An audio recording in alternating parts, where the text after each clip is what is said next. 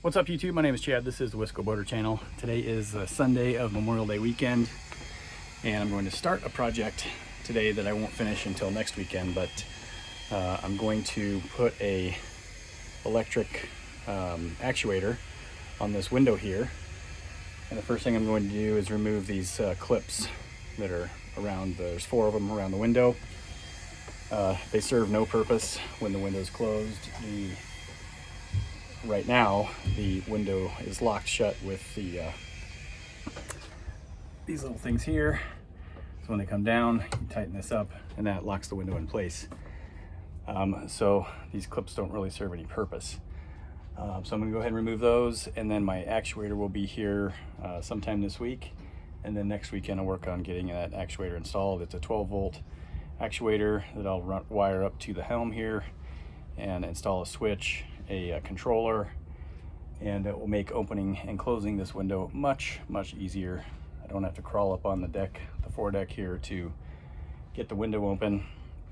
It'll just just work off the switch from the helm. So I'll get the window opened up all the way, and then I'm going to go up on the bow and see if I can get those clips removed. Okay, so this is the reason that I'm doing this.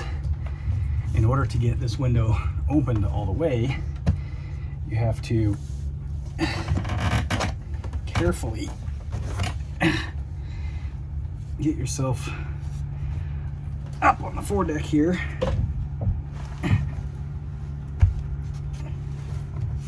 Oh, jeez. This window pane is heavy, so you have to be up here to get it out of the channels. Okay, that's just the second notch. There's the third notch, and then all the way up. And then you have to hold these in place with your thumbs and actually get the screw tightened before it falls back down. And I don't like this. Okay. Of course, when you're done, you gotta go the other way and get back down. Okay, that's a pain in the ass.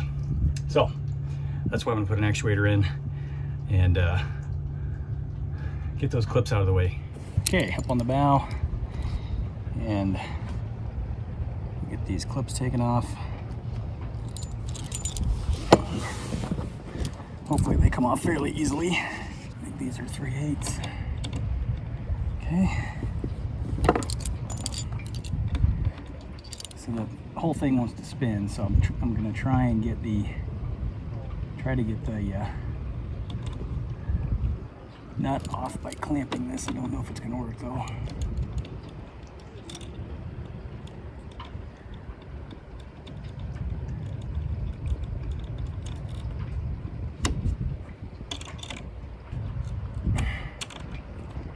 Nope, it's gonna come off.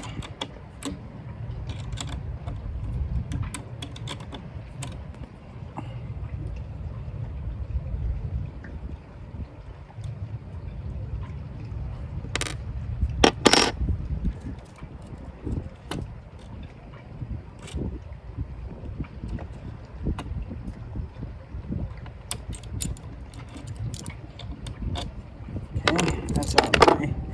Now, these screws here, these bolts are probably going to have to stay.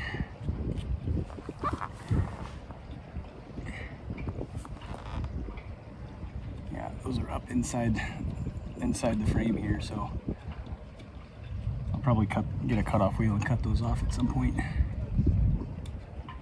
Those are not going to come out.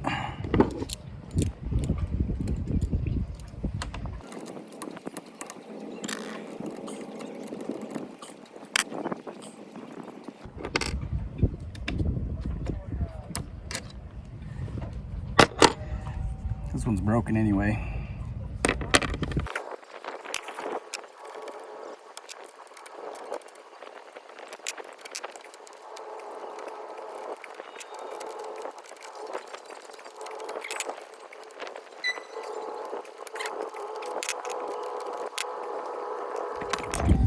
broken too.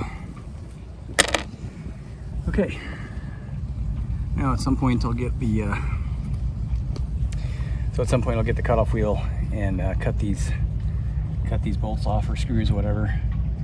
And after I get the actuator in its place, I'm going to remove these levers here as well, the arms, because those won't be necessary with an actuator. So that's all I'm going to do for today. So we'll come back next week after the actuator's here and show you how I install that. All right, well, it's a chilly, rainy, gloomy day. Nothing to do outside, so I'm going to work on the actuator a little bit. I got a controller for it. This is the actual controller that goes with the actuator that I bought. I bought a different controller and a switch before realizing that they made their own controller. So returned that other controller and switch and got this. So everything gets wired directly to this little box here. Power goes in, and then the wire gets wired to the actuator itself. Comes with a little remote so that you can move the actuator up and down. I don't yet know exactly where I'm going to get power for this yet, but I'm going to use some test leads to just jump from the power panel that's underneath the helm, grab a ground and hook it up to the controller, and then just move the actuator, make sure it works. And then I'll just loosely run some wires up to where I think the actuator is going to go, and see where it needs to mount. So this is just going to be a test for fitment before I actually wire it in, and just make sure everything works. Okay, let me show you what I've done here for the test anyway. I've got you can see the alligator clip right there. I've got the light on it. It's just connected directly to the positive post that goes into the fuse panel there. And then the negative is just connected to a ground wire grouping there. And then the alligator clips come out here to connect with the positive and negative wires. And if we come up here, we've got the power light is turned on, and now I get the remote. See, the actuator works. So that's with the remote. And then if you use the controller, side of the controller here has a switch on it as well.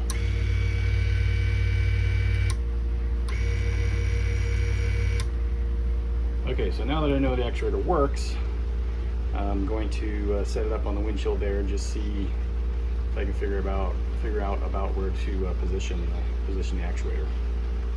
Oh, by the way, this has its own built-in fuse protection, so it's short circuit, over current, over voltage protections all built into this, so you don't need a separate fuse to operate the actuator.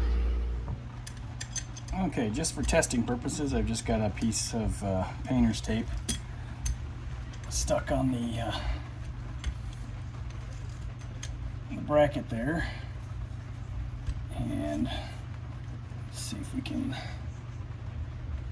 position this so that stick that there.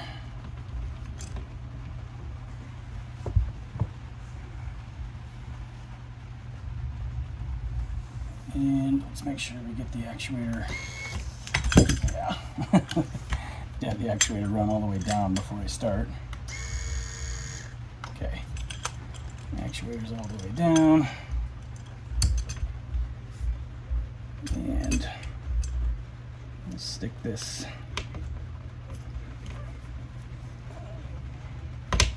right there. Okay, again, this is just a test. So I'll run the actuator up.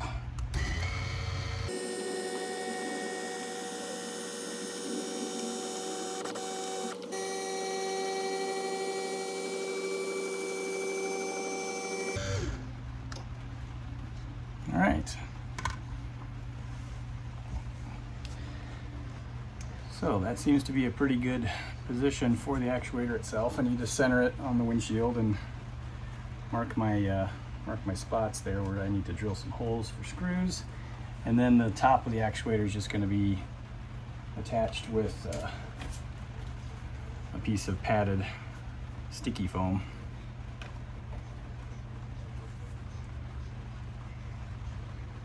I will need to account for that though, so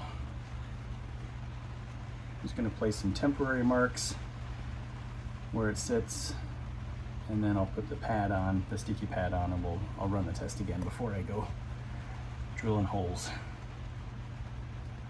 But that'll be super awesome. I can get rid of these hanging lever bar things.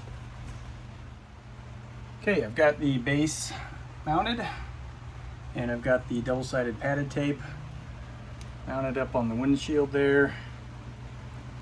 So we'll do an up test.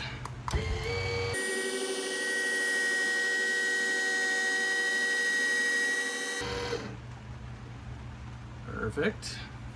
And bring it back down.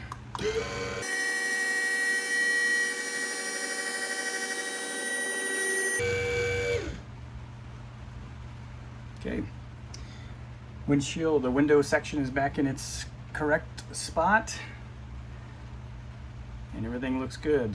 I think I probably at some point will add some sort of clip. Maybe I can use that screw to mount a clip just to keep the windshield from, I don't think it would fly open underway, but if this ever became unstuck, then the windshield is free. But I mean, for now, I think that looks pretty good. So I'll get these the levers removed, and I'm going to have to figure out how to route the wiring. I am going to cut a little slit in the carpet there. I'll run the black wire underneath the carpet up to here, and then I've already got wires running down here that are for the lights, the LED lights that are up there, and of course power strip for the internet and iPad and all that stuff. But so these are just test length wires at this point. I've got plenty of wire to work with down here. All right, hopefully you can hear me with the raindrops. I'm sure you can hear me, but hopefully the raindrops aren't too loud in the background. So you can see I've got a slit cut in the carpet here. Got that pushed through. I'm going to use my little picker thing here. Go up under the carpet. Might have to move the camera.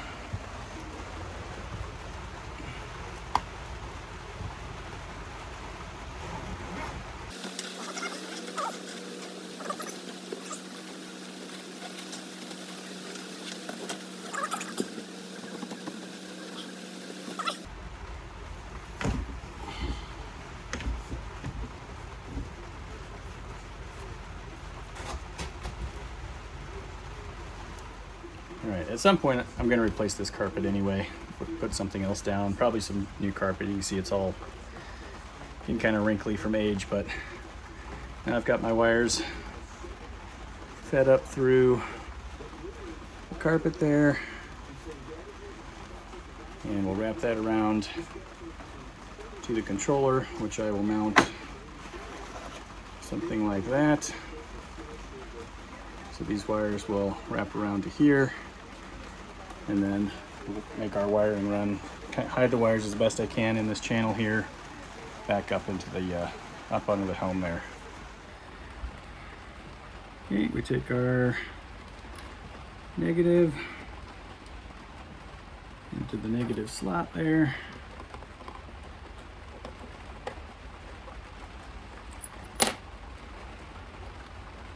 Actually, the polarity doesn't matter, but because the motor will run either way with the press of the button. I'm just putting them back in the way I had them on the test there. So polarity matters here. This is the input power from the battery. So those are labeled positive, negative, and then your outputs to the motor don't matter. Okay. Out underneath,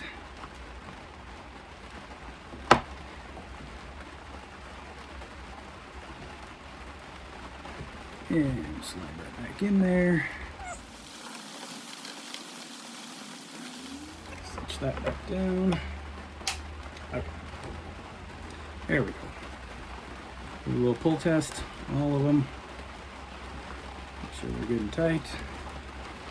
And then these wires here,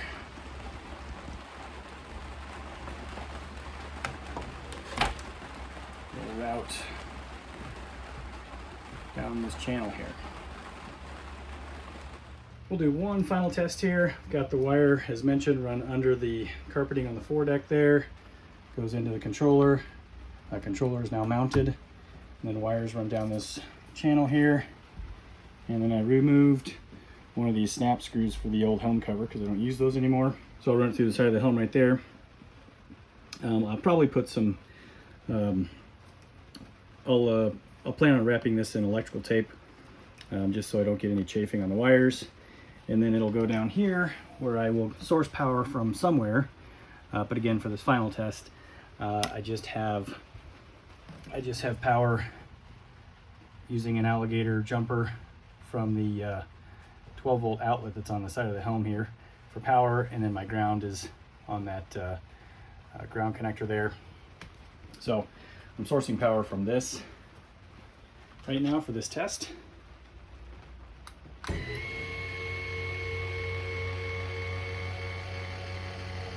you can see when it's operating, we do have a red light, so blue power light, red operating light.